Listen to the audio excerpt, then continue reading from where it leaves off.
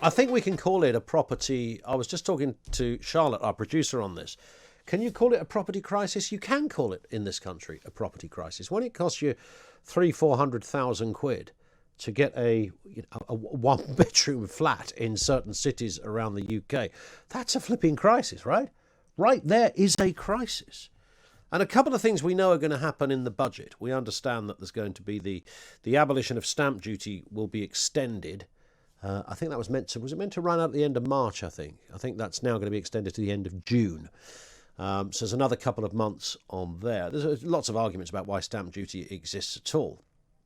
And then we learned this weekend that a mortgage guarantee scheme to help aspiring homeowners with small deposits get on the property ladder is going to be announced as well. Rishi Sunak plans to incentivise lenders to provide mortgages for first-time buyers and current homeowners with just a 5% deposit to buy properties worth up to 600,000 quid. It's funny how it went through a kind of distinct period. There was a point when you absolutely had to have, I don't know what the percentage was. I think they used to work it out on something like your wages. 3 times your wage or something would form your the reasonable deposit for your house. It was something of that order that you needed. And it's interesting they didn't work it out on the price of the house because house prices didn't really move that much when they were working all of this stuff out. So a deposit was required. People had to save up for a deposit, but it was doable. Everybody realised, you and your partner or whoever's buying the house, you work for a year, you put your cash together, bingo, you've got your deposit for a house. And then there was a very sort of rogue period where you could get a 100% mortgage. I bought a house with a 100% mortgage. Extraordinary. Literally zero deposit, 100%. Lent you the whole thing. And that's fine if you can, if you know you can pay it, and I suppose most people did, but there would have been one or two who didn't, then that's great because it's the deposit just gets in the way. Why use 3 or 4 grand as it was then on a deposit? You could use that to furnish the place and, put the liquor paints and buy your carpets and stuff. And then, of course, we had the 2008 crash. And then since then, it was supposedly going to become impossible to buy a house. Now they're talking about a 5% deposit. So that's the backdrop to all of this. But I want to ask the wider question as to what this country needs to do to get back to a sensible housing policy where you could leave school, work for a couple of years and buy a house. That scenario is largely impossible today. To do that. Completely impossible, I think, for most people, unless you've ended up in some kind of job that's paying you ridiculous money as soon as you've left school or university. It's pretty much impossible to be able to do that. And I've mentioned this before. When my sister left school, she got a job as a kind of an office junior. This was massive news in our house because everybody else had done jobs where you got your hands dirty. On the building site, up ladders in greasy factories, that kind of. My sister got a job in an office. It sounded like she was running the United Nations. I think the term was clerical assistant. This would have been bog standard minimum wage stuff, filing, photocopying, the whole bit. And she met her husband to be while working in said place. He did work in the factory. He was a forklift driver. He would have also been on the equivalent then of a minimum wage. And the two of them met, they got engaged, they saved up, and in a year they bought a house. 2 people, minimum wage, junior clerical assistant and forklift truck driver. Somebody tell me now that anyone in those 2 jobs could possibly buy a house within 10 years, let alone 1 year, of being able to save up. It just wouldn't happen. Something's gone horribly wrong. Something's gone sky high. And as far as I can see, and this is the strangest thing, no one has ever seriously, you've got Rishi Sunak, Chancellor after Chancellor, saying we're going to find a way to get young people on the property ladder. What about making the cost of a house cheaper to begin with? Wouldn't that be the start at that end rather than the other end? Because all we're doing here is essentially saying, well, we'll try and find the best way to get you a deposit to buy something that is so disproportionately expensive. You will be tied with this cost, this monthly rate, for the rest of time. Because once you've got your deposit in there, you're going to be paying £1,000 a month, 1,500 quid a month, maybe £2,000 a month in your mortgage payments. 0344 499 1000. What is the answer to the UK's housing crisis? And can I just spike your interest in this? And there's a lot of this around, and I'm going to put this onto social. If you're not following me on social media, follow me at Ian Collins UK on Twitter, because I'll post a picture of this. But I'd done this before. Prefabricated houses. On eBay, I've just found a 1-bedroom, very nice house. It's a beautiful house, actually. It's really pleasant. For £24,500. £24,500. And do you want some dimensions on this as well? I tell you what it's got. It's got a bedroom. It's got a bathroom. It's got a nice lounge. It's got a nice kitchen. And it's got a little patio area outside. Doesn't come with any land. I think that's the problem. I don't know where you put it. So you've got your house, but it's a prefab. But this is the point. So the prefab house costs 24 grand. And there's loads of others, but there's a couple for 17,000.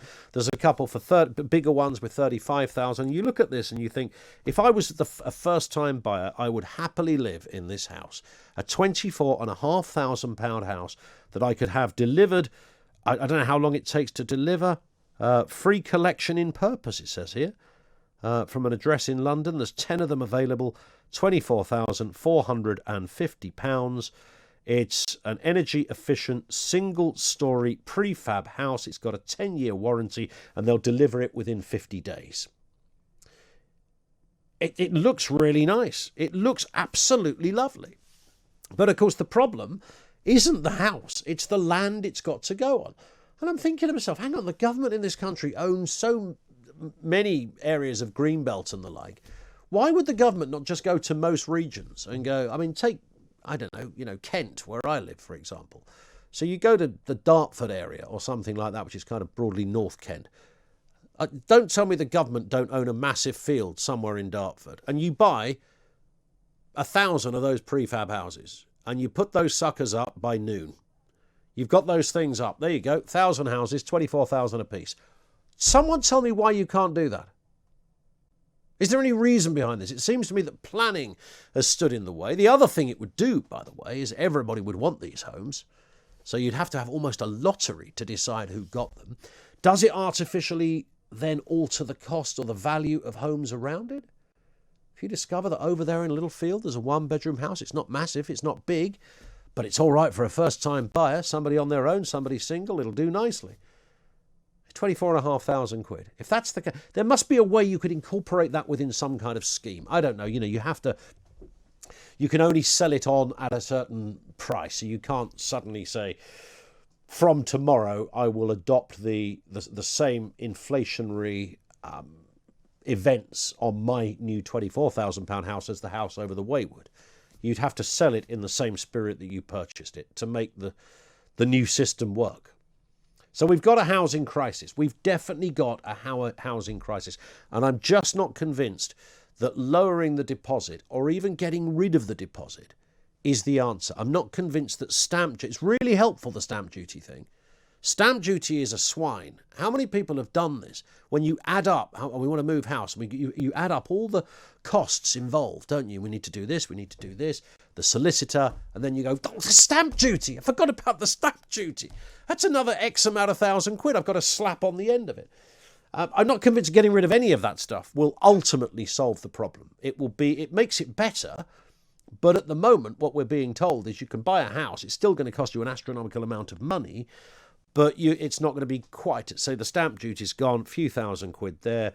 Instead of a 10% deposit, it's a 5%. That's great, but you're still being asked to part with your money for something that is disproportionately expensive and continuing to be so. And there comes rub number 2.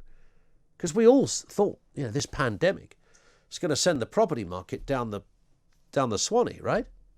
No. If you bought a house a year ago, it's gone up in value. It's literally gone up in value in the time that you put. If you bought it 6 months ago, it's gone up in value. You bought a house, Sam, haven't you, in the last 6-7 months? It's worth more now than when Sam bought it. Who would have thought that? You wouldn't be banking on that, would you? It's nice when you hear that. You think, wow, it's amazing. It's worth £2,000 more than I paid for it. I couldn't get that investment anywhere. 0344 499 1000. What is the answer to this? It cannot be. I go past those, static homes. Every now and again you'll see a little enclave and there's half a dozen static homes in an area. You think, that's a good idea. They're a bit more expensive. Prefab housing. A £24,000 house. You could have 1,000 of them up within a couple of weeks. Done and dusted. I know you've got to sort infrastructure. It cannot be beyond the wit of mankind to find a way in the 21st century that people can buy a house without breaking the bank for life. And great if you can afford it. If there's two of you, there, you've got wiggle room there, that's helpful. But if you're on your Todd, how do you begin this process? How do you seriously begin the process again? I'm going to buy. Brilliant. I don't think you can.